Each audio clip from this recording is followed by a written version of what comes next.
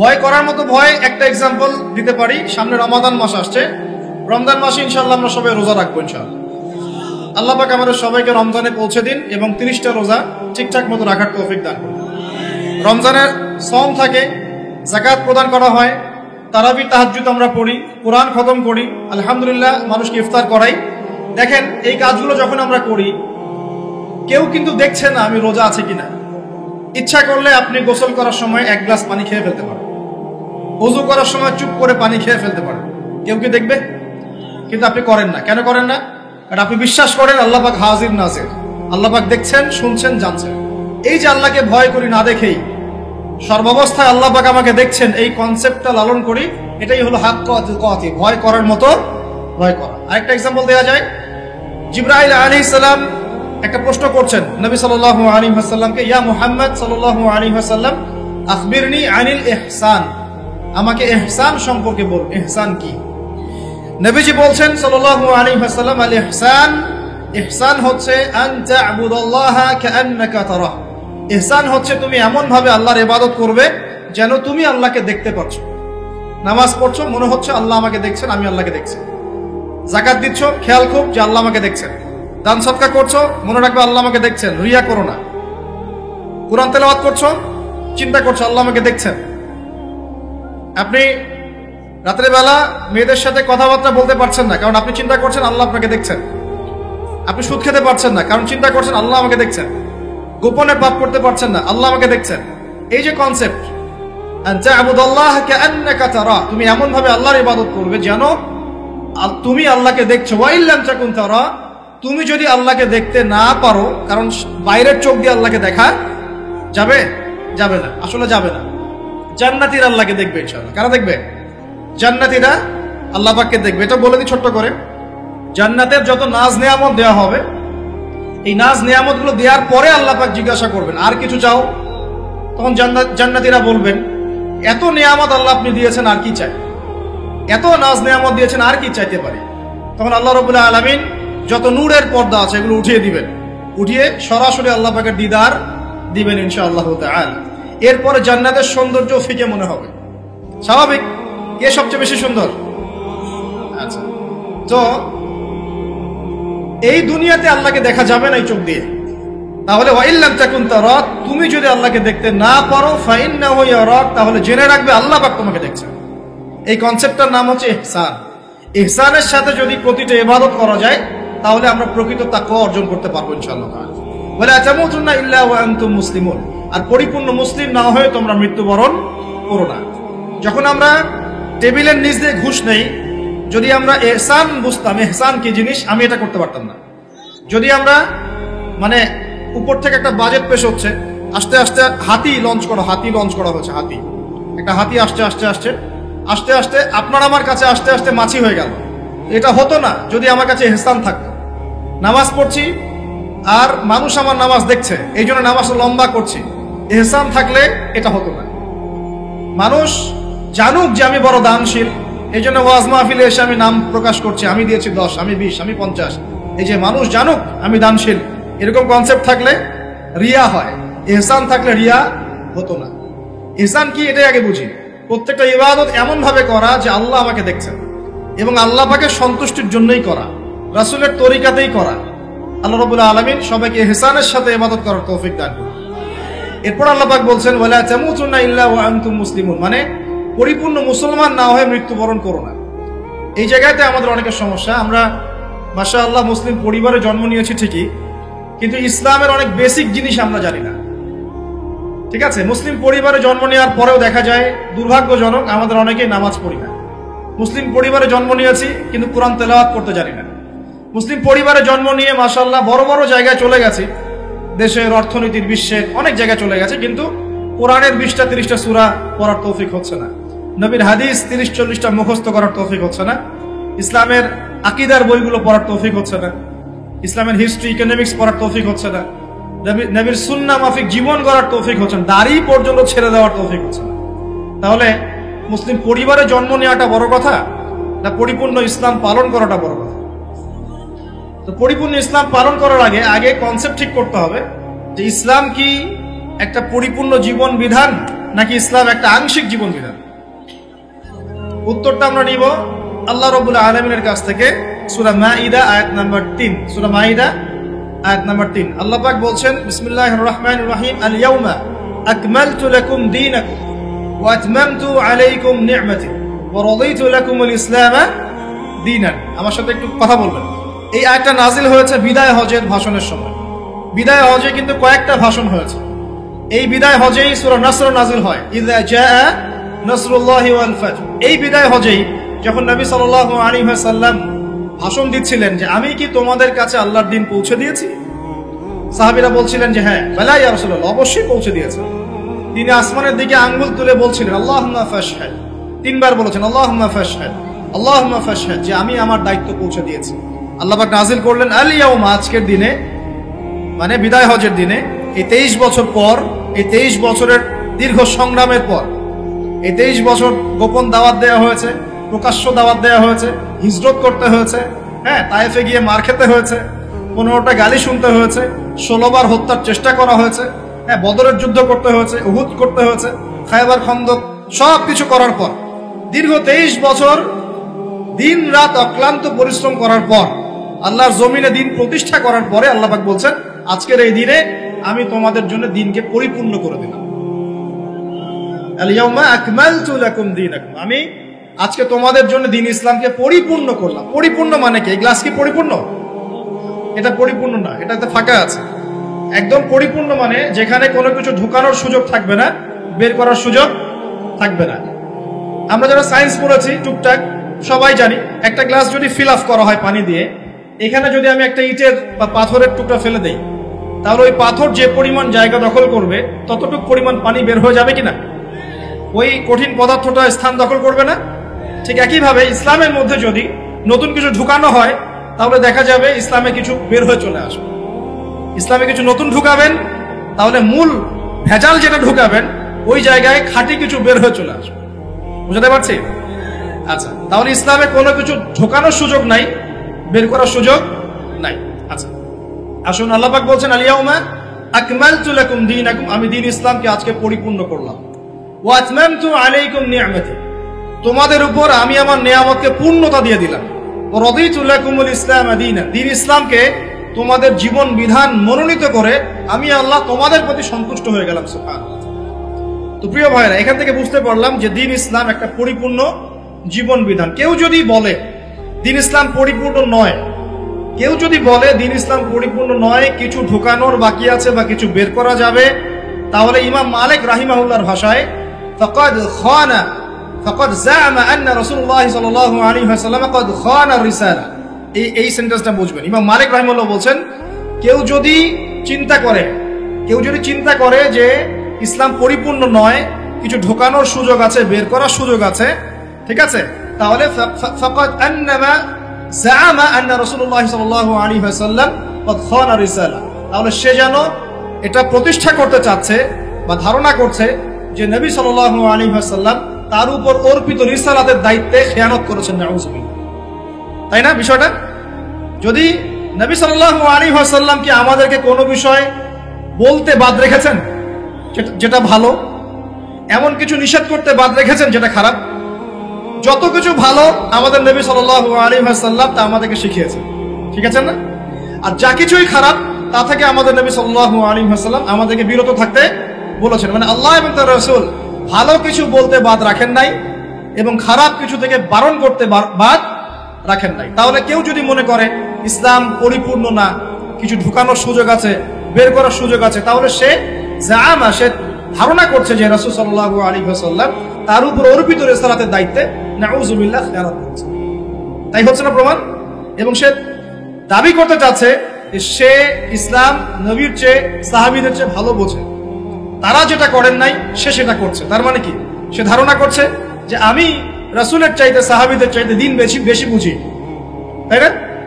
রাসূলুল্লাহ সাল্লাল্লাহু আলাইহি ওয়াসাল্লাম 15 শাবানে হালুয়া রুটি খেয়েছেন নাকি? সবাইকে এটা খাওয়ার ট্রেডিশন তৈরি করে দিয়েছেন নাকি? রাসূলুল্লাহ সাল্লাল্লাহু আলাইহি ওয়াসাল্লাম তার নিজের জন্মদিন পালন করেছেন নাকি? সাহাবায়ে কেরাম রাদিয়াল্লাহু আনহুম কেউ কোনোদিন করেছে নাকি? এরকম অসংখ্য ঘটনা আছে, অসংখ্য, যেগুলো আমাদের সমাজে অহরহ চলছে কি চলছে না? তো যখন এগুলোতে আমরা আমল করতে শুরু করব, তার মানে আমি এটা প্রমাণ করতে চাচ্ছি যে আমি নবীর চাইতে, সাহাবীদের চাইতে দিন বেশি বুঝি না, এবং নবী সাল্লাল্লাহু আলাইহি ওয়াসাল্লাম দিন পরিপূর্ণ করে প্রতিষ্ঠা করে যান নাই। আমি একটু বেশি বুঝি, এখানে একটু ঢোকানোর সুযোগ আছে, বের করার সুযোগ আছে। মানে নবী খেয়ানত করেছেন, আমি আমানতদারিতার পরিচয় দিচ্ছি, নাউযুবিল্লাহ, আস্তাগফিরুল্লাহ আস্তাগফিরুল্লাহ ওয়া আতুবু ইলাইহি। এরকম প্রমাণ করতে চাচ্ছি আমরা। প্রিয় ভাইরা, এক নম্বরে শিখি আগে যে দিন পরিপূর্ণ, এখানে ঢোকানোর সুযোগ নাই, বের করার কোনো সুযোগ নাই। এখন মডারেশন শুরু হয়েছে, দি মডারেশন অফ ইসলাম, মানে ইসলামকে মডারেট করা হচ্ছে। মানে ইসলাম ঠিক আছে মানি, কিন্তু সুদটা একটু বেশি বাড়াবাড়ি মনে হয়, এটা বাদ দিলে হয় না, এরকম চিন্তা। ইসলাম মানি ঠিক আছে, কিন্তু পর্দার ক্ষেত্রে একটু শিথিলতা আনলে কি সমস্যা, এরকম মনে হয়। ইসলাম মানি ঠিক আছে, কিন্তু ইসলামের শরিয়া লজ, হাত কেটে ফেলা, আবার জেনা করলে বেত্রাঘাত করা, হ্যাঁ ব্যভিচার করলে রজম করে, এগুলো তো এই যুগে চলে কিনা, মানে এরকম থিঙ্কিংস আমাদের মধ্যে আসছে কিনা, এখন ঢুকানো হচ্ছে কিনা এগুলা। ইসলাম মানি মডারেট করতে হবে। নামাজ পড়বো, কিন্তু হ্যাঁ মডারেট মুসলিম আমি নামাজও পড়ি, আবার হিন্দু, বৌদ্ধ, খ্রিস্টান, অন্য ধর্মের এইগুলোর সাথে একাত্মতা পোষণ করি। হ্যাঁ, 4 ধর্ম মিলে একটা মানব ধর্ম বানাচ্ছি, ঠিক আছে। কেউ কেউ বলছে নবী সাল্লাল্লাহু আলাইহি ওয়াসাল্লাম নাকি শেষ নবী নন, আরো নবী আসতে পারে, নাউযুবিল্লাহ। কেউ বলছে যে ওলামায়ে কেরাম কিছুই বোঝে না, সে একাই সব বুঝে। কেউ বলছে তাবলিগ জামাতের ইজতেমায় গেলে মানুষের ঈমান চলে যাবে, বলছে কিনা এগুলা কথা, অনেক কথাই শুনছি আমরা। কেউ বলছে লা ইলাহা ইল্লাল্লাহ কালিমা একবার পড়লেই হবে, আমলের কোনো প্রয়োজন নাই। আবার কেউ বলছে কবিরা গুনাহ করলেই সে কাফের হয়ে যায়, তাকে হত্যা করা যায়। আবার কেউ বলছে যে আলী রাদিয়াল্লাহু আনহুর মর্যাদা নবী সাল্লাল্লাহু আলাইহি ওয়াসাল্লামের চাইতে বেশি, নাউযুবিল্লাহ।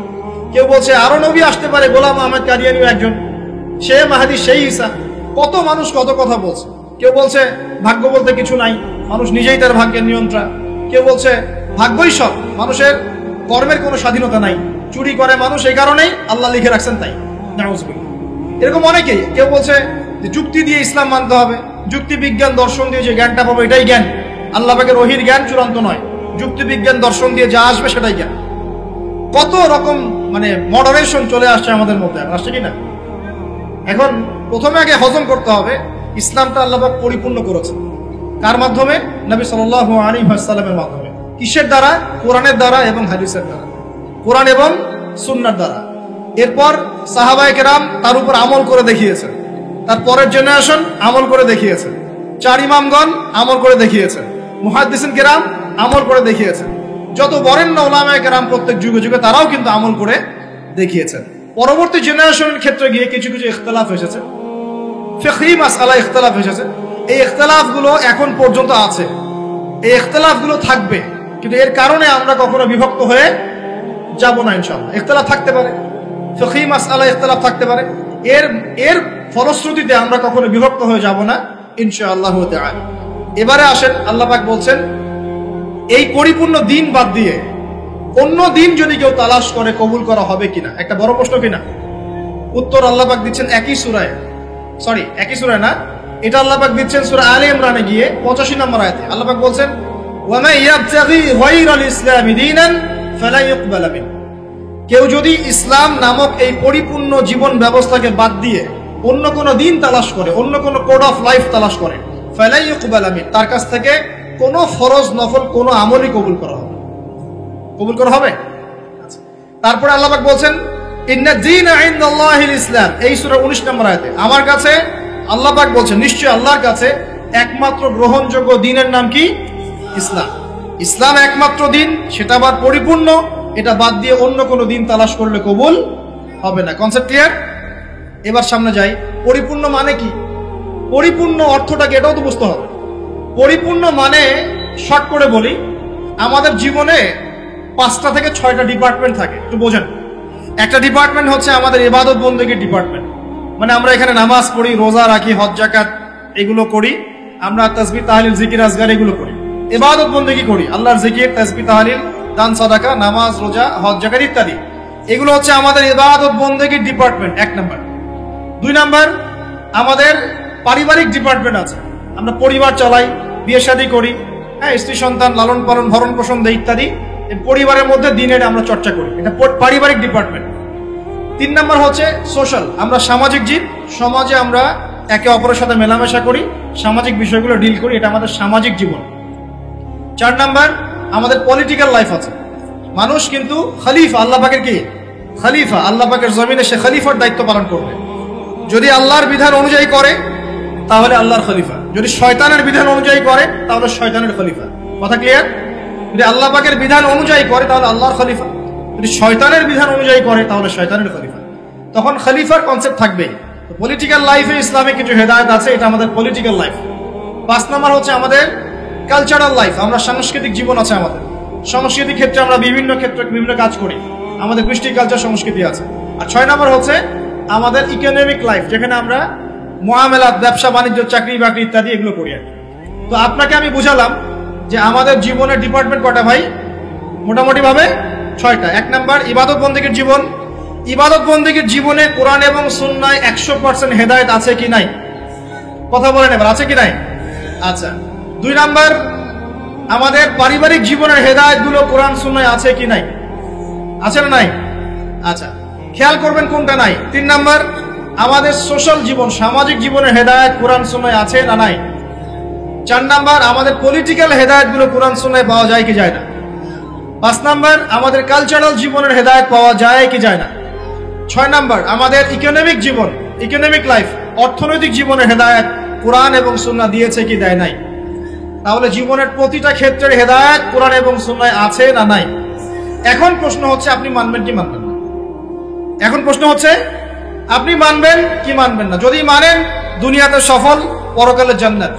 যদি না মানেন দুনিয়াতে পার হয়ে যেতে পারেন, পরকালে জাহান্নাম। কথা পরিষ্কার? যদি মানেন দুনিয়াতে সফল, পরকালেও জান্নাত ইনশাআল্লাহ তাআলা। যদি না মানেন দুনিয়ায় পার পেয়ে যেতে পারেন, পরকালে পার পাওয়া যাবে না। পরকাল দূরের কথা, কবরেও পার পাওয়া যাবে না। কবরে আল্লাহ রাব্বুল আলামিন প্রশ্ন করবেন, ফেরেশতাদেরকে দ্বারা প্রশ্ন করাবেন। কি প্রথমটা? মান রব্বুক, তোমার রবকে। দুনিয়াতে কেউ যদি আল্লাহর সাথে শিরক করে থাকে, সে কখনোই মান রব্বুক উত্তর দিতে পারবে না। দ্বিতীয় প্রশ্ন করা হবে মা দীনুক, এই দ্বীন ইসলামকে যদি পরিপূর্ণরূপে কেউ গ্রহণ না করে, বিশ্বাস পোষণ না করে এবং আমলের চেষ্টা না করে, সে মা দীনুক উত্তর দিতে পারবে না। প্রশ্ন করা হবে মান হাযার রাজুল বুইসা ফীকুম, এই ব্যক্তিকে যাকে তোমাদের কাছে পাঠানো হয়েছে, সে যদি পৃথিবীতে দুনিয়ার জীবনে রাসূল সাল্লাল্লাহু আলাইহি ওয়াসাল্লামের সুন্নাহর উপর জীবন না করে বা করার চেষ্টা না করে, সে উত্তর দিতে পারবে না যে তিনি হচ্ছেন মুহাম্মদ রাসূলুল্লাহ সাল্লাল্লাহু আলাইহি ওয়াসাল্লাম। তাহলে আমরা শিখতে পারলাম এই পর্যন্ত যে ইসলাম একটা পরিপূর্ণ জীবন ব্যবস্থা। পরিপূর্ণ মানে জীবনের প্রতিটা ডিপার্টমেন্টের হেদায়েত আছে। আর জীবনকে আমরা 6টা ভাগে ভাগ করলাম, দেখলাম যে কোরআন সুন্নাহয় হ্যাঁ প্রত্যেকটা বিষয়ের হেদায়েত আছে। আপনি ব্যক্তি জীবনের হেদায়েত চান, এই যে আয়াত, ইয়া আইয়ুহাল্লাযীনা আমানুত্তাকুল্লাহ হাক্কা তুকাতিহি ওয়া লা তামুতুন্না ইল্লা ওয়া আনতুম মুসলিমুন। ব্যক্তি জীবনে পরিপূর্ণ মুসলিম না হয়ে মৃত্যুবরণ করো না। পাওয়া গেল ব্যক্তি জীবনের হেদায়েত। আপনি সালাতের হেদায়েত চান, আল্লাহ পাক বলেন আকিমিস সালাহ ওয়া আতুজ যাকাত, সালাত কায়েম করো, যাকাত দিলেন, সালাতের হেদায়েত পেলেন। কুরআন তেলাওয়াতের হেদায়েত চান, সেটাও আছে। ওয়াতলু মা উহিয়া ইলাইকা মির রাব্বিক, আছে কি নাই? আছে। আপনি এখন চাচ্ছেন যে পারিবারিক হেদায়েত চাচ্ছি আমি, সূরা তাহরিম খোলেন, 6 নম্বর আয়াত পড়ে দেখেন, আল্লাহ পাক বলেন কু আনফুসাকুম ওয়া আহলিকুম নারা, নিজে জাহান্নামের আগুন থেকে বাঁচো, পরিবারবর্গকে বাঁচাও। আপনি চাচ্ছেন যে আপনি অর্থনৈতিক হেদায়েত চাচ্ছেন, আল্লাহ পাক বলছেন দেখুন আহাল্লাল্লাহুল বাইআ ওয়া হাররামার রিবা, আল্লাহ ব্যবসা হালাল করেছেন, সুদকে হারাম করেছেন। কোন ডিপার্টমেন্ট চান? সবকিছু এখানে আছে। দিন প্রতিষ্ঠা করতে চান, আল্লাহ পাক সূরা সফে বলছেন হুয়াল্লাযী আরসালা রাসূলাহু বিল হুদা ওয়া দীনিল হক লিইয়ুযহিরাহু আলা দ্বীনি কুল্লি, দিন কায়েম করতে চান, আল্লাহ পাক বলছেন, কি বলছেন? ইন তানসুরুল্লাহ ইয়ানসুরুকুম ওয়া ইউসাব্বিত আকদামাকুম। আপনি দায়িত্ব অবহেলা করেছেন, আল্লাহ পাক বলছেন ওয়া ইন তাতাওয়াল্লাউ ইস্তাবদিল কওমান গায়রাকুম। উম্মার ঐক্য চান, আল্লাহ বলছেন ওয়া আতাসিমু বিহাবলিল্লাহি জামিআন ওয়া লা তাফাররাকু। একটা মানে আহলুস সুন্নাহ ওয়াল জামাআহ বা একটা নির্ভেজাল একটা দল চান দাওয়াতের জন্য, আল্লাহ বলছেন ওয়াল তাকুম মিনকুম উম্মাহ ইয়াদউনা ইলাল খায়র ওয়া ইয়া'মুরুনা বিল মা'রুফ ওয়া ইয়ানহাউনা আনিল মুনকার। শ্রেষ্ঠ জাতি হতে চান, আল্লাহ বলছেন কুনতুম খায়রা উম্মাহ উখরিজাত লিন-নাস তা'মুরুনা বিল মা'রুফ ওয়া তানহাউনা আনিল মুনকার। মানে বলতে থাকলে রাত চলে যাবে। এমন কোন ডিপার্টমেন্ট নাই যে ডিপার্টমেন্ট সম্পর্কে আল্লাহ পাক কোরআন এবং হাদিসে ব্যাখ্যা বিশ্লেষণ করেন নাই। আল্লাহ পাক সূরা কাহফের 54 নম্বর আয়াতে বলছেন যে ওয়ালাকাদ সাররাফনা ফি হাযাল কুরআন লিন-নাস মিন কুল্লি মাসাল, আমি মানব জাতির জন্য প্রতিটা বিষয় এই কোরআনে ব্যাখ্যা করেছি। এখন প্রশ্ন হচ্ছে আমি মানবো কি মানব না। এখানে আপনার স্বতন্ত্র স্বাধীন ইচ্ছা শক্তি আছে। আল্লাহ পাক বলছেন লা ইকরাহা ফিদ্দিন, দিনে কোনো বাড়াবাড়ি নাই। ক্বাদ তাবায়্যানা রুশদু মিনাল গাই, এই যে স্পষ্ট হয়ে গেছে যেটা দীপ্তমান হেদায়েত এবং যেটা অন্ধকার, মানে যেটা আপনার ভ্রষ্টতা আর যেটা হেদায়েত স্পষ্ট হয়ে গেছে। আপনি চাইলে মানতে পারেন। ওই যে সূরা কাফে আছে ওয়াকুলিল হাক্কু মির রাব্বিকুম, আয়াত নাম্বার 29, ফামান শাআ ফালইউমিন, যার ইচ্ছা হয় ঈমান নিয়ে আসুক, ওয়া মান শাআ ফালইয়াকফুর, যার ইচ্ছা হয় অস্বীকার করুক। ইন্না আ'তাদনা লিযালিমিনা নারান, আমি জালেমদের জন্য আগুন প্রস্তুত করেছি। ব্যাস এতটুকু। আল্লাহ বলছেন এই দুনিয়াটা কেন? আল্লাহ পাক বলছেন লিয়াবলুয়াকুম আইয়ুকুম আহসানু আমালা, আমি দেখতে চাই তোমাদের মধ্যে আমলে কে শ্রেষ্ঠ। মানে কোন ডিপার্টমেন্ট চান, যে কোনো ডিপার্টমেন্টের হেদায়েত কোরআন শুনে পাওয়া যাবে। এখন আমার প্রশ্ন হচ্ছে আপনি আমি মানবো কিনা। আল্লাহ উত্তর দিচ্ছেন লা ইকরাহা ফিদ্দিন, দিনে কোনো বাড়াবাড়ি নাই, তুমি চাইলে মানো না চাইলে মেনো না। আল্লাহ পাক আপনাকে ঘাড় ধরে একদম মসজিদে ঢোকাবেন না, ঢোকাবেন? আল্লাহ পাক আপনাকে ফোর্সফুলি যাকাত দেওয়াবেন না। আল্লাহ পাক আপনাকে ধরে বেঁধে একদম রমজানের রোজা রাখবেন না। আল্লাহ পাক আপনাকে দিন কায়েমের জন্য দাওয়াত এবং জিহাদের মেহনত জোর করে করাবেন না। কিছুই আল্লাহ পাক জোর করবেন। আল্লাহ পাক শুধু স্পষ্ট করে দিয়েছেন কোনটা সত্য কোনটা মিথ্যা। এখন এটাই পরীক্ষা আমাদের এই দুনিয়ায়। দুই কথা ঠিক না ঠিক? এবার আমাদের উপর এখন আল্লাহ পাক ছেড়ে দিলেন, নবীর মাধ্যমে জানিয়েও দিলেন। আর এই নবী প্রথম নবী নন, প্রত্যেক যুগে যুগে আল্লাহ পাক নবী রাসূল পাঠিয়েছেন। এমন কোন সম্প্রদায় নাই যেখানে আল্লাহ পাক নবী পাঠান নাই। আল্লাহ পাক তার উপরে আঙ্গুল তোলার কোন রকম সুযোগ রাখেন নাই। দেখেছেন? কেউ বলতে পারবে না যে আমি জানি নাই, আমি মেসেজ পাই নাই, আমাদের নবী আসে নাই, আমাদের কাছে আসমানি কিতাব আসে নাই। কেউ বলতে পারবে না। পারবে? পারবে না। এখন আমাদের চয়েস। এখন আমরা কি পরিপূর্ণ ইসলাম পালন করতে চাইবো না চাইবো না? এবার কথা বলেন, আমরা কি পরিপূর্ণ ইসলাম পালন করবো না করবো না? যদি পরিপূর্ণ ইসলাম পালন করতে চাই তাহলে কয়েকটা বিষয়। এক, একটু মনোযোগ দেন, পরিবেশ নষ্ট করেন না। এক নাম্বার, আমাদের সবাইকে আল্লাহ পাকের তাওহীদ লা ইলাহা ইল্লাল্লাহর উপর থাকতে হবে এবং সুন্নাত মুহাম্মদুর রাসূলুল্লাহর উপর থাকতে হবে। পারবো ইনশাআল্লাহ? দুই নাম্বার, আমাদের সবাইকে ইবাদত বন্দেগীর জীবনের সমস্ত ইবাদত নবীর তরিকায় করার চেষ্টা করতে হবে। আল্লাহ পাক তৌফিক দান করুন, আমিন। আমাদের সবাইকে অর্থনৈতিক জীবনে গিয়ে আবার হারামখোর হওয়া যাবে না, হালাল রিজিক অন্বেষণ করতে হবে। আল্লাহ পাক তৌফিক দান করুন, বলি আমিন। আমাদের সবাইকে পারিবারিক জীবনে গিয়ে ওই ইহুদি খ্রিস্টানদের মতো পরিবার করা যাবে না, ইসলামিক পরিবার গড়তে হবে। আল্লাহ পাক তৌফিক এনায়েত করুন। আমাদের সবাইকে এই সামাজিক জীবনে গিয়ে ইহুদি খ্রিস্টানদের মতো সংস্কৃতি এবং সমাজনীতি ফলো করা যাবে না, আল্লাহর দেয়া সংস্কৃতি এবং সমাজনীতি ফলো করতে হবে। আল্লাহ পাক তৌফিক দান করুন, বলি আমিন। ইভেন পলিটিক্যাল লাইফে গিয়েও চেষ্টা করতে হবে আল্লাহর বিধানগুলো অনুযায়ী মানুষের মাঝে বিচার ফয়সালা করার জন্য। আল্লাহ পাক তৌফিক দান করুন, বলি আমিন। এবং সর্বোপরি দুনিয়া আখিরাতের যতগুলো ক্ষেত্র আছে এই প্রতিটা ক্ষেত্রে রাসূলুল্লাহ সাল্লাল্লাহু আলাইহি ওয়াসাল্লামের দেখানো আদর্শ এবং তরিকা অনুযায়ী চলতে পারলে কবরেও শান্তি, দুনিয়াতেও সফল, হাউজে কাউসারের পানিও পাবো ইনশাআল্লাহ, রাসূল সাল্লাল্লাহু আলাইহি ওয়াসাল্লামের সুপারিশও পাবো ইনশাআল্লাহ, তার সাথে জান্নাতে থাকতেও পারবো ইনশাআল্লাহ। এবার দুটো দিকে ফোকাস করে আমি আলোচনা গোটাবো, খুব খেয়াল রাখেন, একটু মনোযোগ দেন, এই জায়গাটা খুব ইম্পর্টেন্ট। এই পুরো মিশনে শয়তান আমাদেরকে দুটো দিকে বেশি বিভ্রান্ত করছে। কয়টা দিক? দুটো দিক। এক, তারা শয়তান এবং তার অনুসারীদের কথা বলছি, তারা মুসলিমদেরকে জান্নাতের পথ থেকে সরিয়ে দেওয়ার জন্য এক নাম্বার যেটা অস্ত্র হিসেবে নিয়েছে তা হলো শিরক। কি নাম? মানে শিরক যদি মুসলিমদেরকে করানো যায় তাহলে সে আল্লাহ পাকের রহমত থেকে বেরিয়ে যাবে। কারণ আল্লাহ রাব্বুল আলামিন একটা ওয়াদা করেছেন। কি ওয়াদা? আল্লাহ পাক তার নবীকে বলেছেন, তোমার উম্মতের মধ্যে কোনো ব্যক্তি যদি, হে মুহাম্মদ সাল্লাল্লাহু আলাইহি ওয়াসাল্লাম, তোমার উম্মতের কোনো ব্যক্তি যদি আসমান জমিনের সমান গুনাহ নিয়ে আমার সামনে দাঁড়ায় কিন্তু তার আমল নামায় কোনো শিরকের পাপ নাই, আমি আল্লাহ তার সামনে আসমান জমিন সমান রহমত নিয়ে হাজির হব ইনশাআল্লাহ। সুবহানাল্লাহ পড়বে না? মানে এই উম্মতের কোনো ব্যক্তি যদি শিরক মুক্ত আমল নামা নিয়ে আল্লাহর সাথে সাক্ষাৎ করে ইনশাআল্লাহ সে জান্নাতে যাবেই যাবে ইনশাআল্লাহ। একদিন না একদিন সে জান্নাতে যাবেই যাবে ইনশাআল্লাহ। কিন্তু কারো আমল নামায় যদি শিরকের পাপ থাকে তাহলে আল্লাহ পাক বলছেন, ইন্নাল্লাহা লা ইয়াগফিরু আন ইউশরাকা বিহি ওয়া ইয়াগফিরু মা দুনা যালিকা লিমান ইয়াশা। আল্লাহ পাক তার সাথে শিরকের গুনাহ মাফ করেন না, এছাড়া যে কোনো গুনাহ যাকে ইচ্ছা মাফ করতে পারেন। একটা হাদিসে নবীজি বলছেন, যদি কেউ চুরিও করে, জিনাও করে, কিন্তু শিরক মুক্ত আমল নিয়ে আল্লাহর সামনে দাঁড়ায়, আল্লাহ তাকেও মাফ করে দিবেন ইনশাআল্লাহ। এটাই সেই হাদিসের ব্যাখ্যা। আসলে লা ইলাহা ইল্লাল্লাহ, যে ব্যক্তি মন থেকে পড়েছে, কলবের মধ্যে সরিষা দানা পরিমাণ ঈমান আছে, মানে শিরকের পাপ করে নাই, ইনশাআল্লাহ তাআলা আল্লাহ পাক তাকে জান্নাত দিবেন একদিন না একদিন ইনশাআল্লাহ। আল্লাহ পাক তাকে বলে শাস্তি দিতে পারেন, মাফ করাতে পারেন, কিছু আযাব দিয়ে হলেও আল্লাহ পাক তাকে জান্নাতে দিবেন ইনশাআল্লাহ তাআলা। এখন প্রশ্ন হচ্ছে, তাহলে সহিহ বুখারীর এই হাদিসটা কেমন? কোন হাদিস? নবী সাল্লাল্লাহু আলাইহি ওয়াসাল্লাম বলছেন, এই হাদিসটা আসছে বুখারীতে 4 বার, একবার না কিন্তু 4 বার।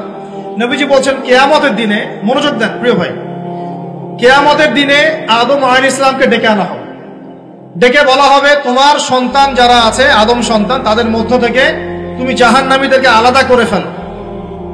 আদম আলাইহিস সালাম বলবেন, হে আল্লাহ কতজনকে আলাদা করো? আল্লাহ পাক বলবেন প্রতি 1000-এ 999 জনকে জাহান্নামের জন্য আলাদা করে দাও। নাউযুবিল্লাহ বলবেন, প্রতি 1000-এ 999 জনকে জাহান্নামের জন্য আলাদা করে দাও। সহিহ বুখারীতে 4 বার আসে, একবার না, 4 বার। এবার সাহাবীরা কিন্তু একটু বিচলিত হয়ে পড়লেন। তিনি বলেন, ইয়া রাসূলুল্লাহ তাহলে কিভাবে হবে?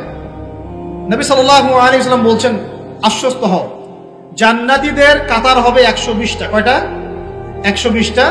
তার মধ্যে 80টা কাতার হবে আমার উম্মতে মুহাম্মাদের ইনশাআল্লাহ। এবং এই হাদিসটা শোনালেন যে ব্যক্তি এই উম্মতের মধ্যে আল্লাহর সাথে শিরক না করে মারা যাবে, আল্লাহ পাক তাকে মাফ করে দেবেন ইনশাআল্লাহ। তাহলে প্রশ্ন, এত পার্সেন্টেজ, হিউজ পার্সেন্টেজ মানুষ কেন তাহলে জাহান্নামে যাচ্ছে? তাদের আমলনামায় কোন পাপটা থাকতে পারে যার কারণে তারা জাহান্নামে যাচ্ছে? উত্তর দেন দেখে। আল্লাহ পাক কিন্তু বলে দিয়েছেন, আল্লাহ পাক শিরক ছাড়া যে কোনো গুনাহ যাকে ইচ্ছা মাফ করতে পারেন। তাহলে এত বেশি মানুষ কেন জাহান্নামে যাচ্ছে? উত্তর, তাদের আমলনামায় কোন পাপ থাকতে পারে? শিরক। এবার আসেন, ইবলিস এবং তার অনুসারীরা উম্মতে মুহাম্মাদীকে বিভ্রান্ত করার জন্য এই শিরকের একটা ব্যাপক সয়লাব ছড়িয়ে দিয়েছে সমাজের মধ্যে। আমি খুব শর্ট করে বোঝাবো। আরেকটা হাদিস বলবো তার আগে আপনাকে, সেটা হলো এই উম্মতের 70,000 মানুষ কিন্তু আবার বিনা হিসেবে জান্নাতে যাবে। এই উম্মতের 70,000 মানুষ বিনা হিসেবে জান্নাতে যাবে, যারা 1 নাম্বার পাখি উড়িয়ে ভাগ্য গণনা করে না। যারা পাখির সাথে ভাগ্য গণনা করে, শিরকের সাথে সম্পর্ক আছে কি নাই? যারা আগুনের সেকা টাকা দিয়ে আগুনের উল্কি অঙ্কন করে চিকিৎসা পদ্ধতি গ্রহণ করে না। যারা হারাম অবৈধ কোনো ঝাড়ফুঁক গ্রহণ করে না, তাবিজ কবজ কবিরাজি করে না, কুফরি কালাম করে ঝাড়ফুঁক করছে না, এগুলো করে না। যারা সর্বাবস্থায় আল্লাহর উপর তাওয়াক্কুল করে, 70,000 এমন মানুষ বিনা হিসেবে জান্নাতে যাবে ইনশাআল্লাহ। এটাও মাথায় নেন। এবার সামনে আসে ইবলিস এবং তার অনুসারীরা কিভাবে শিরক ছড়িয়েছে, কয় ভাবে? উত্তর 3 ভাবে। কয় ভাবে? 3 ভাবে। আশ-শিরকু ফিল আকীদা, শিরক ছড়িয়েছে বিশ্বাসের মধ্যে। যেমন কিছু মানুষ বিশ্বাস করে এখন এই যুগে, এবং এই যুগেরও এদের সংখ্যা বেশি, তারা বিশ্বাস করে যে আল্লাহ এই মহাবিশ্ব সৃষ্টি করেন নাই, এই মহাবিশ্ব সৃষ্টি হয়েছে বিগ ব্যাং থেকে। এই কনসেপ্টে মানুষ নাই? কুরআনে সূরা আম্বিয়ার মধ্যে একটা কথা আছে, আওয়ালাম ইয়ারাল্লাযীনা কাফারু আন্না আস-সামাওয়াতি ওয়াল আরদা কানাতা রাতকান ফাফাতাকনাহুমা। আল্লাহ পাক বলছেন, কাফেররা কি লক্ষ্য করে দেখে না যে আসমান সমূহ এবং জমিন একটা বিন্দুর মধ্যে ছিল একত্রিত, আমি এটাকে বিচ্ছিন্ন করে দিয়েছি। যদি তারা বলেও যে বিগ ব্যাং থেকে সব সৃষ্টি হয়েছে, আমরা বলবো এই বিগ ব্যাং এর স্রষ্টা হচ্ছেন আল্লাহ রাব্বুল আলামিন। কথা বুঝতে পারছেন? তো এই যে চিন্তা ওদের যে আল্লাহ বলতে কেউ নাই, এটা শিরক কিনা? কেউ কেউ চিন্তা করছে যে আল্লাহ আছেন, আরো উপাস্য আছে, যেমন আল্লাহ, তার সন্তান নাউযুবিল্লাহ ঈসা আলাইহিস সালাম এবং পবিত্র আত্মা রুহুল কুদুস। এই সংখ্যায় লোক আছে কি নাই? এদের সংখ্যা কত বিশ্বে? 300-400 কোটি হবে কিনা? না না, আরো কম হবে, হয়তো বেশি বলে ফেলছে। মানে কোটি তো হবেই, 100 কোটি তো বেশি হবে নাকি? সারা বিশ্বে মুসলিমদের সংখ্যা বেশি না খ্রিস্টানদের? খ্রিস্টানদের মধ্যে 1 শ্রেণীর খ্রিস্টান, তারা সবাই বলে না, 1 শ্রেণীর খ্রিস্টান বলে যে আল্লাহ 3 জন, 3 ইলাহে বিশ্বাস, 3 খোদায় বিশ্বাস করে। এই কয়েকদিন আগে বলেছি আমরা, কি নাউযুবিল্লাহ বলেছে, মেরি ক্রিসমাস বলেছে না, 25শে ডিসেম্বর। এবং মুসলিমরাও এর সাথে একাত্মতা প্রকাশ করেছে। আস্তাগফিরুল্লাহ ওয়া আতুবু ইলাইহি। সূরা মারিয়ামে আল্লাহ পাক বলছেন, তারা এমন একটা কথা বলে, ক্বালু ইত্তাখাযাল্লাহু ওয়ালাদা, তারা বলে আল্লাহ সন্তান গ্রহণ করেছেন। নাউযুবিল্লাহ। লাকাদ জিকতুম শাইআন ইদ্দা তাকাদু আস-সামাওয়াতু ইয়াতাফাত্তারনা মিনহু ওয়া তানশাক্কুল আরদু ওয়া তাখিরুল জিবালু হাদ্দা। আল্লাহ পাক বলছেন কথা কথার ওজনগুলো দেখেন। আল্লাহ পাক বলছেন যখন তারা বলে যে আল্লাহ সন্তান গ্রহণ করেছে, তখন আসমান নিজেই ফেটে পড়তে চায়, জমিন নিজেই চৌচির হতে চায় এবং পাহাড়গুলো নিজেই থরথর করে কেঁপে ভেঙে পড়তে চায়। আল্লাহ পাক এদেরকে ক্ষমতা দিতেন, ইচ্ছার স্বাধীনতা দিতেন, হ্যাঁ করো, তাহলে আসমান ফেটে পড়তো। এখন যখন আমরা বলছি যে মেরি ক্রিসমাস, আসমান ফেটে পড়তো। একদিন যেদিন এই মানে 25 ডিসেম্বর ছিল, ওই দিন আমি আবার এয়ারে ফ্লাইও করছিলাম, সম্ভবত কক্সবাজার যাচ্ছে প্রোগ্রাম। তো দেখি যে বিমানের মধ্যেই বলা শুরু করলো যে লেডিস এন্ড জেন্টলম্যান, হ্যাঁ ladies and gentleman, welcome to our flight, এগুলো বলছে। বলার পরে বলছে যে মেরি ক্রিসমাস, সবাইকে ক্রিসমাসের আন্তরিক শুভেচ্ছা। তখন আল্লাহর কসম আমার মনে হচ্ছিল যে এখন মনে হয় প্লেনটা ভেঙে পড়ে যাবে আসমান থেকে, কারণ আমি একটা জানি। আল্লাহ পাক বলছেন সূরা মারিয়ামের শেষের দিকে পড়ে দেখেন, আল্লাহ পাক বলছেন ওয়াকালু ইত্তাখাযার রহমানু ওয়ালাদা, তারা বলে রহমান সন্তান গ্রহণ করেছে। নাউযুবিল্লাহ।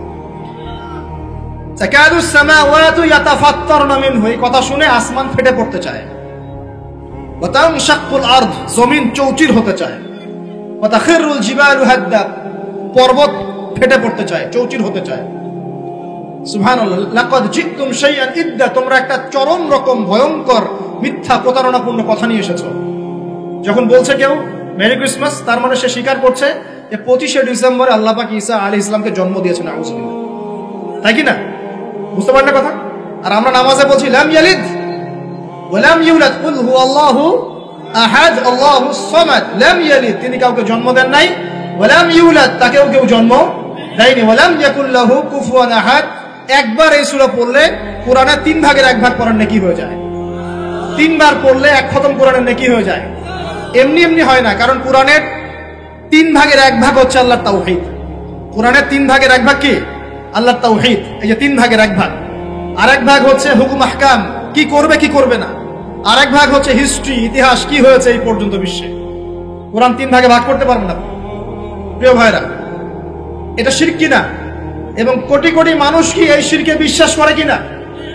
এখন ওই সমাজে গিয়ে যদি আপনি বলেন সামাজিকতার খাতিরে মেনে নিচ্ছি যে এটা শিরক, তারপরে আমি আপোষ করলাম, চলবে? এখন কিছু মানুষ সামাজিকতার দোহাই দেয়। সামাজিকতা কোন সমাজে? যে সমাজ আমাকে শিরক শেখায় ওই সমাজ, যে সমাজ আমাকে হারাম খাওয়া শেখায় সেই সমাজ, যে সমাজে মানুষ বেদাতি আমল করে সেই সমাজ। কোন সমাজের পূজা করবেন? কোন সমাজের ইত্তেবা করবেন? যেই সমাজ নবী সাল্লাল্লাহু আলাইহি ওয়াসাল্লামের আদলে গড়া সমাজ, সেই সমাজের আমরা তাবেদারি করব ইনশাআল্লাহ।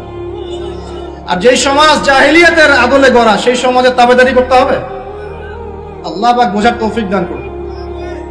তো এই যে কিছু মানুষ এখানে শিরক করছে, তারপর কিছু মানুষ কি বলছে যে গ্রহ নক্ষত্র চন্দ্র সূর্যের উপাসনা করা যায়, করছে না মানুষ? কিছু মানুষ কবর পূজা করছে কিনা? করছে কিনা? কিছু মানুষ মাজারের পূজা করছে কিনা? কিছু মানুষ মৃত ব্যক্তির কাছে নজর মানত করে কিনা? কিছু মানুষ মৃত ব্যক্তির কাছে যে কুরবানি জবাই করে কিনা? কিছু মানুষ এই যে জাদুবিদ্যার চর্চা করছে কিনা? তারপরে যে ভাগ্য গণনা করছে কিনা রাশিফল দেখে? কিছু মানুষ টিয়া পাখির মাধ্যমে ভাগ্য গণনা করছে কিনা? প্রত্যেকটা রন্ধ্রে রন্ধ্রে শিরক। প্রথম শিরক হচ্ছে আকীদার, বিশ্বাসের। আল্লাহ ছাড়া কেউ সন্তান দিতে পারে বিশ্বাস করলে শিরক। আল্লাহ ছাড়া কেউ আমাকে পরকালে বাঁচাবে বিশ্বাস করলেই শিরক।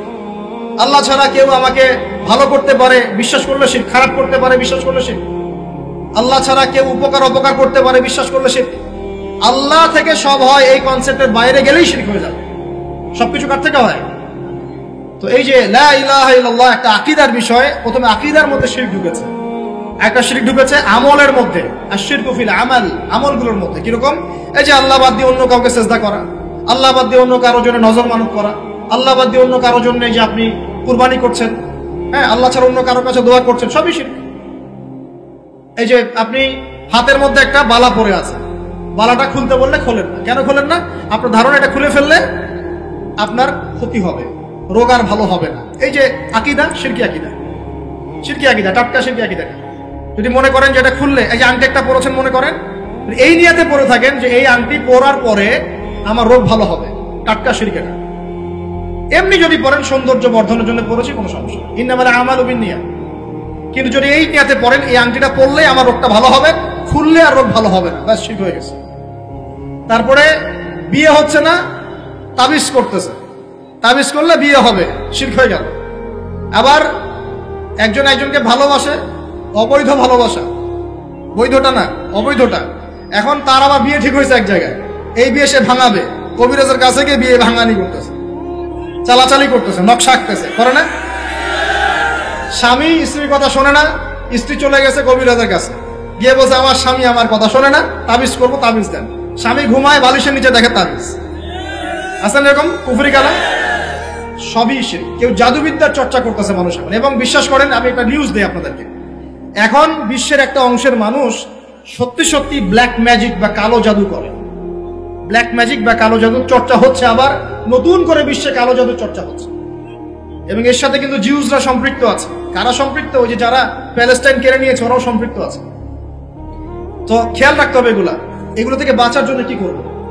বাঁচার জন্য প্রতিদিন 5 ওয়াক্ত নামাজ, পবিত্র অবস্থায় থাকার চেষ্টা করা, সকাল সন্ধ্যার মাসনুন দোয়া কালামগুলো পড়বেন হিসনুল মুসলিম বই থেকে। আর এই যে আপনার কোরআন তেলাওয়াত, ডেইলি একটু করে কোরআন তেলাওয়াত পড়লে ইনশাআল্লাহ এই ধরনের চোখ লাগা, বদনজর, জাদুটোনা সবকিছু পরাজিত হয়ে যাবে ইনশাআল্লাহ।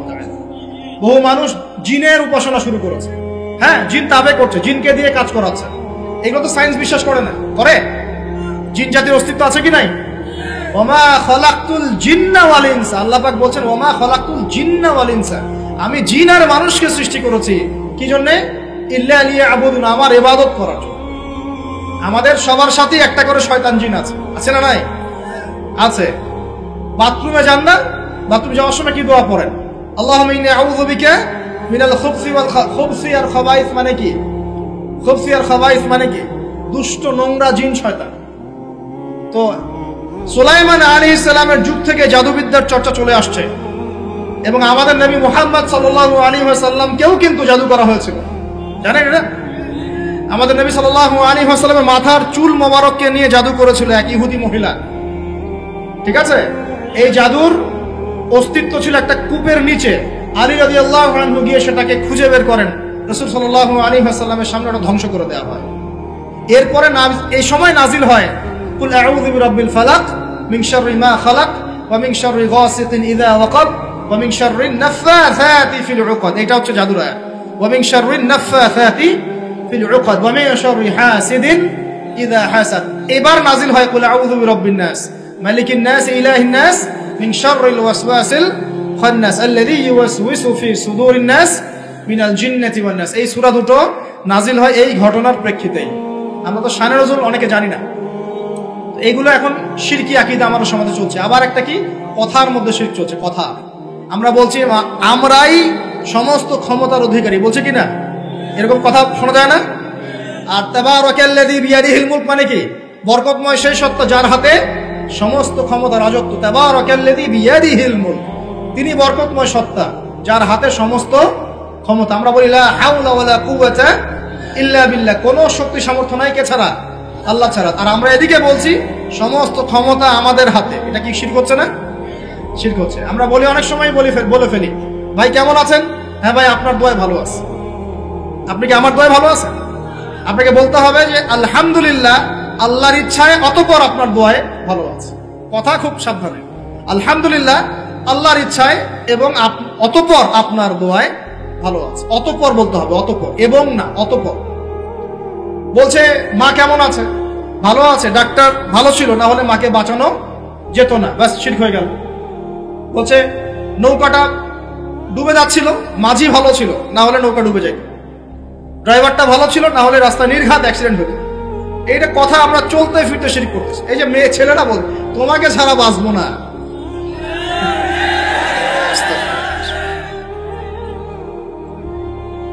বাঁচিয়েন না, বেঁচে থাকে কি হবে আপনার? যদি একটা মেয়ের জন্য জীবন দিয়ে দেন, তাহলে আল্লাহর জমিনে আপনি আল্লাহর জন্য কি করবেন? এই যে অনেক গানও আছে, দেখবেন অনেক গানের লিরিক্স গুলো, ম্যাক্সিমাম গানের লিরিক্স এর মধ্যে দেখবেন শিরকি কথা আছে, খেয়াল করে দেখবেন।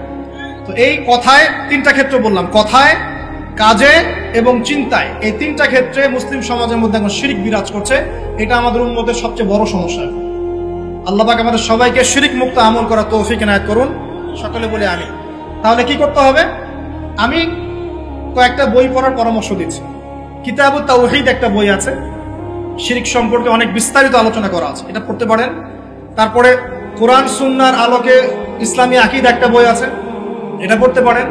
আকীদা তাহাবিয়াটা পড়তে পারেন। আর শিরক সম্পর্কে আরো অনেক বইপত্র বাজারে বের হয়েছে, শিরক কি ও কেন ইত্যাদি টাইপের। এগুলো পড়লে আপনি শিরকের ধারণা পাবেন ইনশাআল্লাহ তাআলা।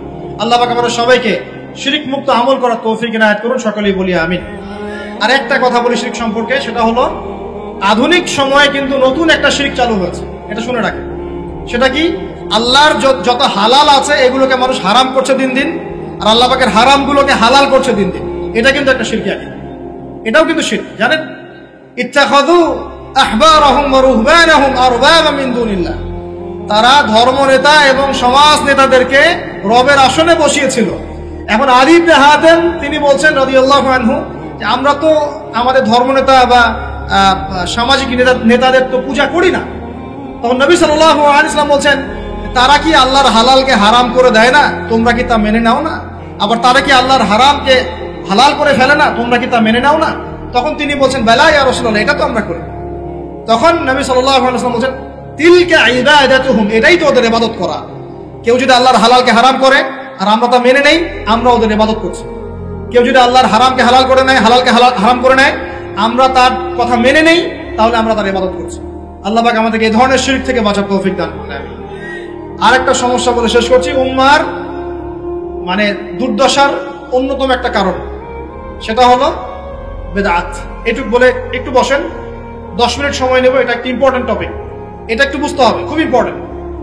এই কারণে উম্মার মধ্যে অনেক ফাসাদ সৃষ্টি হয়েছে, ফিতনা সৃষ্টি হয়েছে, এবং মানুষ নবীর সুন্নত থেকে মুখ ফিরিয়ে এখন সব বেদাতি আমল করা শুরু করেছে। আর এই বেদাতগুলোকে মানুষ সামাজিকতা বলে চালিয়ে দেওয়ার চেষ্টা করছে। খুব খেয়াল রাখবেন, নবী সাল্লাল্লাহু আলাইহি ওয়াসাল্লামের সুন্নাহ মানে আল্লাহ পাক কোরআন নাজিল করেছেন, তার রাসূলের হাদিস আছে আমাদের সামনে। কোরআন এবং হাদিস নবী যেভাবে আমল করেছেন আমরা সেভাবে আমল করি, এর নাম সুন্নাহ। সাহাবায়ে কেরাম রাদিয়াল্লাহু আনহুম যেভাবে করেছেন আমরা সেটা করি, এর নাম সুন্নাহ। মানে নবী সাল্লাল্লাহু আলাইহি ওয়াসাল্লাম বলছেন মাই ইয়াইশ মিনকুম বা'দি, তোমাদের মধ্যে আমার পরে যারা বেঁচে থাকবে, ফাসায়ারা ইখতিলাফান কাসীরা, তোমাদের মধ্যে যারা বেঁচে থাকবে আমার পর তারা দেখবে অনেক ইখতিলাফ চলছে সমাজের মধ্যে। তো আলাইকুম বিসুন্নতি ওয়া সুন্নতি খুলাফায়ে রাশিদিন মাহদিন মিন বা'দি, তখন তোমাদের কাজ হবে আমার সুন্নতকে আঁকড়ে ধরে থাকা এবং আমার হেদায়েত প্রাপ্ত খুলাফায়ে রাশিদা সাহাবায়ে কেরাম তাদের সুন্নতকে আঁকড়ে ধরে থাকা। এই সুন্নতের বাইরে যে কোনো কাজ, যে কোনো আকীদা, যে কোনো মতবাদ, এগুলো সবই বেদাত বলে গণ্য হবে। আল্লাহ পাক আমাদেরকে বোঝার তৌফিক দান করুন। যেমন তাওহীদে থাকতে হবে, শিরক করা যাবে না, ঠিক তেমনি সুন্নতে থাকতে হবে, বেদাত করা যাবে না। সুন্নত কেমন? নবী সাল্লাল্লাহু আলাইহি ওয়াসাল্লাম ঘুমিয়েছেন যেভাবে, সেইভাবে ঘুমাবো সুন্নত। নবীজি ঘুমিয়েছেন, ঘুমানোর আগে ওযু করেছেন, ডান দিকে কাত হয়েছেন, আল্লাহুম্মা বিইসমিকা আমুতু ওয়া আহইয়া বলেছেন, সূরা মুলক তেলাওয়াত করেছেন, পারলে আপনি করবেন। আয়াতুল কুরসি পড়েছেন, সূরা বাকারার শেষের 3টা আয়াত পড়েছেন, 33 বার সুবহানাল্লাহ, 33 বার আলহামদুলিল্লাহ, 34 বার আল্লাহু আকবার পড়েছেন, ঘুমিয়ে গেছেন। এখন যদি নবীর সুন্নাহ মতো ঘুমাই, এই ঘুমটাও নেকির কাজ হবে ইনশাআল্লাহ। এখন যদি ঘুমানোর নতুন কোন তরিকা আমি বের করি, তাহলে নবীর সুন্নতের বাইরে বেদাত হয়ে যাবে। বেদাত শব্দের অর্থ হচ্ছে নতুন আবিষ্কার। একটু মনোযোগ দেন প্লিজ, একটু বসেন, এইটুকু শেষ করে দিচ্ছি। বেদাত শব্দের অর্থ হচ্ছে নতুন আবিষ্কার। সুন্নাহ মানে যেমন আদর্শ, রীতি, আল্লাহ পাকেরও সুন্নত আছে, নবী সাল্লাল্লাহু আলাইহি ওয়াসাল্লামেরও সুন্নত আছে, আমরা তার সুন্নত মেনে জীবন করবো ইনশাআল্লাহ। আল্লাহ পাক তৌফিক দান করুন। ঠিক তাওহীদের বিপরীত যেমন শিরক থাকে, সুন্নতের বিপরীত থাকে কি? বেদাত, মানে নতুন আবিষ্কার। এটাকে দুই ভাগে ভাগ করা যায়, খেয়াল করে একটু আমার দিকে। কয় ভাগে ভাগ করা যায়? দুই ভাগ। একটা হচ্ছে দুনিয়াবি ক্ষেত্রে নতুন আবিষ্কার, একটা দিনের ক্ষেত্রে নতুন আবিষ্কার। দুনিয়াবি ক্ষেত্রে মানে কি? এই যে মোবাইল ফোন আপনার হাতে আছে, এই মোবাইল ফোন কি রাসূলের যুগে ছিল? সাহাবীদের যুগে ছিল? এই যে লাইটিং করেছি, নবীর যুগে এরকম লাইট ছিল? মাইকে কথা বলছি, নবীর যুগে মাইক ছিল? এরোপ্লেন, আমরা এয়ারক্রাফটের সফর করছি, নবীর যুগে এয়ারক্রাফট ছিল? খেয়াল করে দেখেন, আমরা যখন বাহনে উঠছি, আমরা বাহনে উঠে দোয়া পড়ছি, আল্লাহু আকবার, আল্লাহু আকবার, আল্লাহু আকবার, সুবহানাল্লাযী সাখখারা লানা হাযা ওয়া মা কুন্না লাহু মুকরিনিন ওয়া ইন্না ইলা রাব্বিনা লামুনকালিবুন। এই দোয়া বদলে গেছে না যায় নাই? দোয়াটা কি বদলেছে? এই দোয়াটা নবী সাল্লাল্লাহু আলাইহি ওয়াসাল্লাম গাধার পিঠে উঠে পড়েছেন, ঘোড়ার পিঠে উঠে পড়েছেন, ওই সময়কার সমসাময়িক বাহনের পিঠে উঠে পড়েছেন। আমরা এ যুগের সমসাময়িক বাহনের পিঠে উঠে একই দোয়া পড়ছি। দোয়া কি চেঞ্জ হয়েছে না বাহন চেঞ্জ হয়েছে? এই যে বাহন যে পরিবর্তন হয়েছে, এটা টেকনোলজি না, প্রযুক্তি টেকনোলজি। এটা হচ্ছে দুনিয়ার ক্ষেত্রে বেদাত, যেটা সম্পূর্ণ জায়েজ। কথা বুঝতে পারছেন? এটা সম্পূর্ণ জায়েজ যতক্ষণ পর্যন্ত না স্পষ্ট কোনো দলিল পাওয়া যাচ্ছে এটার এগেনস্টে, যেটা হারাম। স্পষ্ট দলিল না পাওয়া যাওয়া পর্যন্ত এটাকে আপনি বৈধ রাখতে পারেন। এটা এক না। আরেকটা বেদাত হলো দিনের ক্ষেত্রে বেদাত। দিনের ক্ষেত্রে কেমন? নবী সাল্লাল্লাহু আলাইহি ওয়াসাল্লাম বলছেন, মান আহদাসা ফি আমরিনা হাদা, সহিহ মুসলিম হাদিস নাম্বার 1718। নবীজি বলছেন, মান আহদাসা ফি আমরিনা হাদা মা লাইসা মিনহু ফাহুয়া রাদ। কোন ব্যক্তি যদি এই দিন ইসলামের মধ্যে এমন কোন আমল চালু করে যে আমলের সমর্থনে আমাদের পক্ষ থেকে কোনো প্রমাণ নাই, সেটা ইরাদ বা প্রত্যাখ্যাত, সেটা বাতিল। নবী সাল্লাল্লাহু আলাইহি ওয়াসাল্লাম অন্য হাদিসে বলছেন, মান আহদাসা ফি আমরিনা হাদা মা লাইসা মিনহু ফাহুয়া রাদ, মান আমিলা আমালান লাইসা আলাইহি আমরুনা ফাহুয়া রাদ। দ্বীনের ক্ষেত্রে যদি আমরা এমন কোন আমল করি নেকির আশায়, সওয়াবের আশায়, যেটা রাসূল করেন নাই, সাহাবীরা করেন নাই এবং তাবে তাবেঈন ইমামগণ সবার থেকে প্রমাণিত না, এই কাজটা যদি সওয়াবের আশায় করতে যাই যার পক্ষে কোনো দলিল পাওয়া যায় না, সেটাকেই বাতিল প্রত্যাখ্যাত বেদাত বলা হয়। কথা বুঝতে পারছেন কিনা? উদাহরণ দিলে এবার ক্লিয়ার হবে। কয়েকটা ভাবে হতে পারে। যেমন এক নাম্বার ধরন কেমন?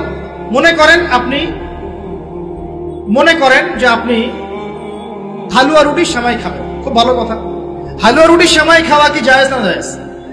এই খাবারটা হালাল না হারাম? হালাল। আপনি এখনো খেতে পারেন, আপনি সকালেও খেতে পারেন, আপনি দুপুরেও খেতে পারেন, যখন ইচ্ছা তখন খেতে পারেন। কিন্তু যদি আপনি কোনো দিবসকে কেন্দ্র করে এরকম একটা সংস্কৃতি চালু করেন যে আজকে 15ই শাবান আমরা সবাই এখন হালুয়া রুটি খাবো, এই যে একটা দিনকে কেন্দ্র করে আপনি একটা নতুন কাজ শুরু করলেন, এই কাজটাকে আমরা বেদাত বলে ফেলছি। মনে করেন আপনি দরুদ পড়বেন, খুব ভালো কথা, দরুদ ভালো জিনিস, দরুদ পড়লে নেকি হয়। কিন্তু দরুদ পড়লে নেকি হয়, রাসূলের জীবনী চর্চা করলে নেকি হয়, তাকে সালাম দিলে নেকি হয়, সব ঠিক আছে। কিন্তু এখন যদি আপনি নবীর জন্ম দিবসটাকে কেন্দ্র করে এই কাজগুলোকে ঘটা করে করার চেষ্টা করেন, যেটা নবীজি করেন নাই, সাহাবীরা করেন নাই, এটা হলো ধরনগত বেদাত। কথা বুঝতে পারছেন কিনা? দুই নম্বরে আসেন, একটা হয় জিন্সগত। জিন্স মানে প্রকরণ। এটা কেমন? আল্লাহ পাক আমাদেরকে কুরবানি করতে বলেছেন চতুষ্পদ জন্তু। চতুষ্পদ জন্তু বুঝি 4 পাওয়ালা। এখন ঘোড়ারও তো 4 পা আছে। এখন যদি আমরা কুরবানি করতে গিয়ে এখন ঘোড়া কুরবানি করা শুরু করি, বলেন কি বুঝলেন? আচ্ছা ঘোড়া বাদ দেন, মুরগি কুরবানি করা শুরু করলেন, মোরগ কুরবানি করা শুরু করলেন, মনে করলেন যে সমস্যা কি, এটাও তো আল্লাহর সৃষ্টি, হালাল তো, মুরগি খাওয়া তো হালাল, মোরগ খাওয়া তো হালাল, তো গরু ছাগল বাদ দিয়ে মুরগি কুরবানি করলাম, কি সমস্যা? করতে পারবেন না, কারণ আল্লাহ পাক চতুষ্পদ জন্তু কুরবানির কথা বলেছেন। এটা যদি করেন জিন্সগত বেদাত হয়ে যায়। কথা বুঝতে পারছেন? 3 নাম্বার একটা হচ্ছে যেটাকে আমরা বলি আদাদ বা সংখ্যাগত। যেমন আল্লাহ পাক বলেছেন এশার নামাজ পড়তে 4 রাকাত, ফরজ নামাজ কয় রাকাত? 4 রাকাত। কেউ যদি মনে করে এখন না নামাজ খুব ভালো কাজ, নামাজ পড়লে নেকি হয়, তো 4-এর জায়গায় আমি 5 রাকাত পড়ব, কি হবে? ফজরের নামাজ 2 রাকাত ফরজ। আর কেউ যদি মনে করে নামাজ তো খুব ভালো জিনিস, ভালো কাজ করলে কি সমস্যা, নামাজ তো পড়লে নেকি হয়, 2 রাকাত পড়লে নেকি হয়, 4 রাকাত পড়লে আরো বেশি নেকি হয়। 4 রাকাত পড়া শুরু করবো, কি হবে? গ্রহণযোগ্য না বাতিল? এটা হলো কথা বুঝতে পারছেন? একটা হচ্ছে আপনার স্থানগত বেদাত। স্থানগত কেমন? তাওয়াফ করতে হয় কোথায়? মাতাফে। কোথায় তাওয়াফ করে? মাতাফ। হজ করে কোথায়? আরাফার মাঠে। আমরা যদি মনে করি না আজকে আমরা লাঙ্গল কোটে হজ করবো, এখানে একটা কাবা বানাবো, এখানেই হজের সব সিস্টেম করব, এখানেই তাওয়াফ হবে, এটা হবে কি? স্থানগত বাতিল একটা কাজ, স্থানগত বেদাত। তাওয়াফ করতে হয় মাতাফে। মাতাফে অনেক ভিড়, তাওয়াফ করার জায়গা নাই। কেউ মনে করলো না আমি হারাম শরীফের পিছন দিক থেকে তাওয়াফ করে আসি, 7 বার চক্কর দিয়ে আসে, হবে স্থানগত বেদাত। এরকম করে সংখ্যাগত, ধরনগত, স্থানগত, প্রকরণগত বেদাত হতে পারে। আবার পদ্ধতিগত হতে পারে, কাইফিয়াত। যেমন ওযু করতে হয়, প্রথমে বিসমিল্লাহ বলেন, এই যে হাত ধুচ্ছেন, কুলি করছেন, নাকে পানি দিচ্ছেন, তাই না? তারপরে কনুই ধুচ্ছেন, আস্তে আস্তে পা ধুচ্ছেন। এখন আপনি চিন্তা করলেন যে ওযু তো ওযুই, হাত ধোয়া পা ধোয়া নিয়েই কথা, আমি আগে পাটা ধুই, তারপরে মাথা মাসা করি, তারপরে হাত ধুবো কনুই পর্যন্ত, তারপরে কুলি করে ওযু মাশাআল্লাহ সারা। পদ্ধতি নতুন বানালেন, এটা কি হবে? পদ্ধতিগত বেদাত। বেদাতের কেন করে মানুষ? অজ্ঞতাবশত, হঠকারিতাবশত, দলিল না থাকার কারণে, জাল দলিল পেশ করার কারণে। কেন মানুষ করে? মানুষ করে দুনিয়ার স্বার্থকতার কারণে, লৌকিকতার কারণে, মানুষকে সন্তুষ্ট করার কারণে। কি পরিণতি হবে? 2-4টা হাদিস বলে শেষ করছে। একটু শোনেন, নবী সাল্লাল্লাহু আলাইহি ওয়াসাল্লাম বলছেন, আমি সবার আগে হাউজে কাউসারে যাব, যাওয়ার পরে আমি তোমাদের জন্য অপেক্ষা করতে থাকবো, আর মানুষ আমার সামন দিয়ে চলে যাবে। মান মাররা আলাইয়া শারিবা, যে আমার সামন দিয়ে যাবে সে এই হাউজে কাউসারের পানি পাবে আমার কাছে। ফামান শারিবা লাম ইয়াজমা আবাদা, কেউ যদি একবার পান করে সে কখনো পিপাসার্ত হবে না। হাউজে কাউসারের পানি হবে মধুর চেয়ে মিষ্টি, দুধের চেয়ে সাদা। একবার পান করলে আর কখনো পিপাসার্ত হবে না। এবার নবী সাল্লাল্লাহু আলাইহি ওয়াসাল্লাম বলছেন, খেয়াল করেন, নবীজি বলছেন, সুম্মা ইউহালু বাইনি ওয়া বাইনাকুম, এরপর আমার এবং তাদের মাঝখানে হঠাৎ একটা পর্দা পড়ে যাবে। আমি বলবো, ইন্নাহুম মিন্নি, তার তো আমার উম্মত। পর্দা কেন পড়ে গেল? কেন পর্দা পড়ে গেল? নবী সাল্লাল্লাহু আলাইহি ওয়াসাল্লামকে বলা হবে, ইন্নাকা লা তাদরি, ইন্নাকা লা তাদরি, হে নবী আপনি জানেন না, মা আহদাসু বা'দাক, তারা আপনার ইন্তেকালের পরে দিনের মধ্যে কত নতুন নতুন বেদাত, আমল এবং আকীদা চালু করেছিল, আপনি জানেন না। নবীজি তখন বলবেন, সুহকান সুহকান, দূর হয়ে যাও, দূর হয়ে যাও, লিমান গায়্যারা বা'দি, যারা আমার পরে দিনকে পরিবর্তন করেছো তারা এখান থেকে দূর হয়ে যাও।